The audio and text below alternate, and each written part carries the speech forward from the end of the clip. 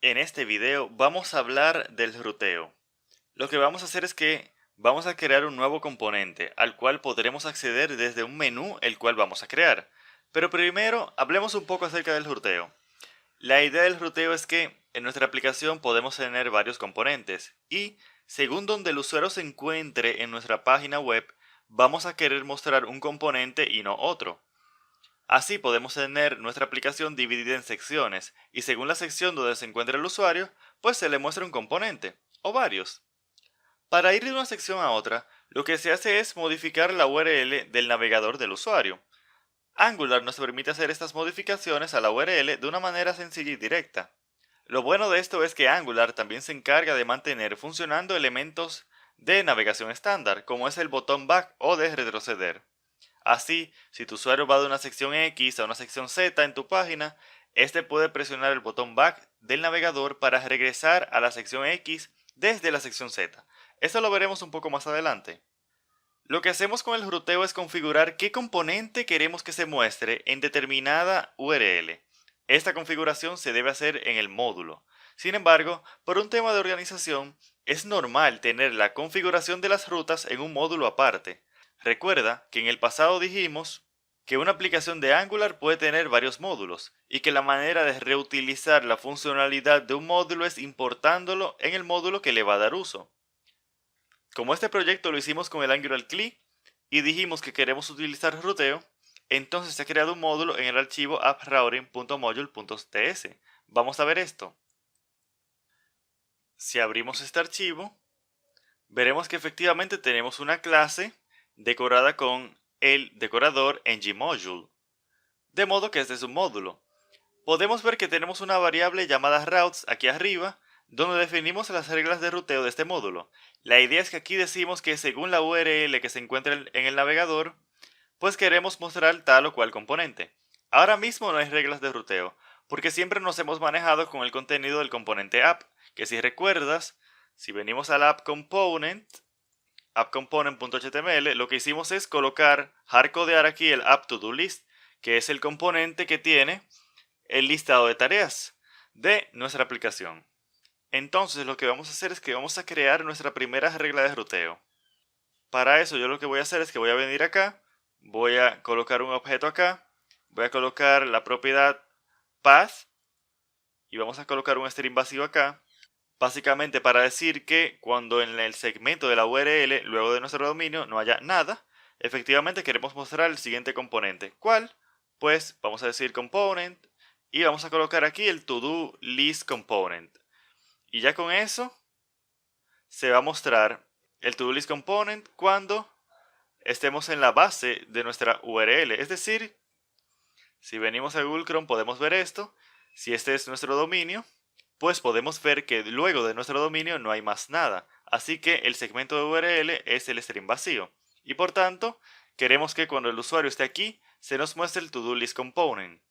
Entonces, cada ruta lo que dice básicamente es, para esta URL que tenemos aquí, para este segmento de la URL que tenemos aquí, queremos mostrar este componente que tenemos acá.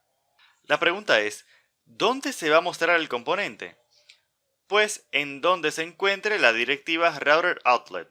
Si vamos a la plantilla del componente app, de nuevo podemos ver que aquí tenemos simplemente hardcodeado nuestro app to do list component.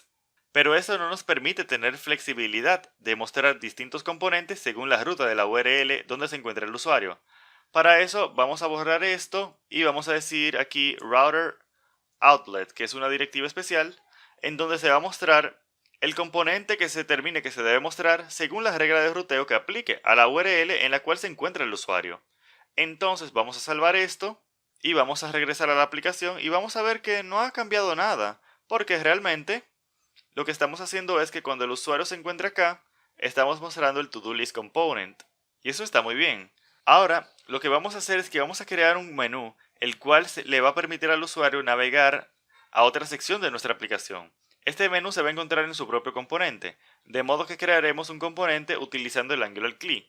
Vamos a regresar hacia Visual Studio Code, vamos a abrir la terminal y vamos a decir ng generate component menu. Sin embargo, si tú quieres, si no te gusta escribir mucho, En vez de decir ngGenerate, tú puedes decir ngg c de component y puedes decir entonces menú.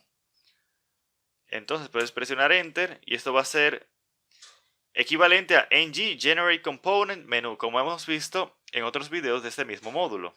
Aquí básicamente vamos a tener un menú bastante simple. Vamos a abrir la plantilla de este componente y vamos a pegar esta implementación.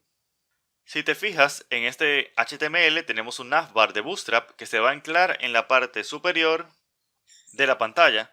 Podemos ver que tenemos un atributo especial, que es este router link que tenemos aquí. Con router link podemos instruir a Angular a que redirija al usuario a una ruta determinada. Esto lo que va a hacer entonces es que va a modificar la URL con lo que sea que pongamos acá. Por ejemplo, aquí dice router link contact, entonces cuando yo haga clic acá, automáticamente en la URL se va a colocar mi dominio /contact. Entonces vamos a ver esto. Y claro, si presionamos acá, entonces vamos a ir simplemente hacia el segmento de URL vacío, es decir, donde luego de nuestro dominio no va a haber nada. Ahora vamos a colocar este componente menú en la plantilla de nuestro componente app. Vamos a venir acá y vamos a decir app menu y vamos a salvar. Ahora vamos a regresar hacia Google Chrome y vamos a ver que efectivamente ahora tenemos nuestros dos componentes en pantalla de manera simultánea. Tenemos nuestro menú aquí arriba y aquí abajo tenemos nuestro to-do list component. Fíjate algo. Fíjate que estamos colocando este componente app menu fuera de nuestro router outlet. ¿Por qué?